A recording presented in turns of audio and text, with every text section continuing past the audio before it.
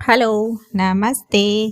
कैसे आप सब? आज की हमारी कहानी है खुश कौन। चलिए दोस्तों, कहानी शुरू करते हैं। शुरू करने से पहले प्लीज मेरे चैनल को सब्सक्राइब करिए। कहानी शुरू करते हैं। बबीता, फोन नीचे रख और नाश्ता कर। गीता ने अपनी छोटी बहन बबीता से कहा, जो कि 2 दिनों के लिए अपनी बड़ी बहन के घर आई है। फिर बबीता बोली, हाँ दीदी, वो निशांत, बबीता का पति, को मैसेज कर दूं, नहीं तो वो कॉल करने लगेगा। फिर दोनों बहनें नाश्ता करने लगी। कुछ देर के बाद बबीता नहाने चली गई और फिर उसका फोन बजे लगा। गीता ने फोन उठाया तो निशांत का कॉल था। गीता ने उससे कहा कि वो नहा रही है। जब बबीता नहा कर आई तब गीता ने उसे फोन के बारे में बताया। फिर बबीता ने उसे कॉल किया। कुछ देर बाद करके कॉल रख दिया।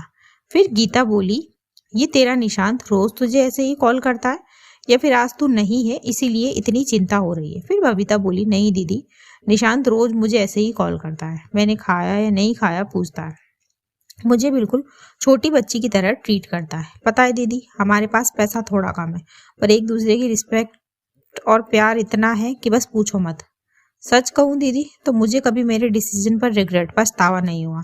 दरअसल बबीता ने अपने पेरेंट्स के खिलाफ जाकर निशांत से कोर्ट मैरिज करी थी। यहाँ उसी डिसीजन की बात हो रही है। फिर बबीता आगे बोली, दीदी 7 साल हो गए हमारी शादी को, पर निशांत ने एक दिन भी मुझे किसी की भी कमी महसूस नहीं होने दी।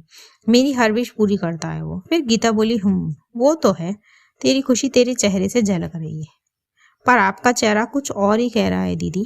आपके चेहरे पर मुझे खुशी नजर नहीं आ रही है दीदी, बबीता ने कहा। फिर गीता बोली, ऐसा कुछ नहीं है छोटी, तू कुछ ज्यादा ही सोच रही है। फिर बबीता ने कहा, दीदी बताओ ना, आप ठीक तो हो ना? जीजाजी आपका ख्याल तो रखते हैं ना?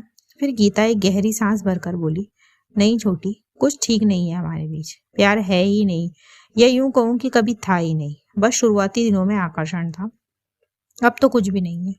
कुछ महिलाएं शादीशुदा होकर भी अकेली होती है, मैं उन्हीं में से हूँ। अब दिखावे के लिए कि सब ठीक है ये शादी निभ रही है, या फिर बच्चों के लिए। पर तूने ठीक किया छोटी, जो अपने मन की सुनी। कम से कम तू खुश तो है, और मम्मी पापा तो वैसे भी अब इस दुनिया में नहीं है। फिर बबीता बोली, हाँ दीदी, पर उनको अपनी बात न समझा पाने का मलाल है मुझे। और एक यही बात मुझे कचोटती है कि मेरी इस जिद की वजह से मैंने मेरा मायका खो दिया।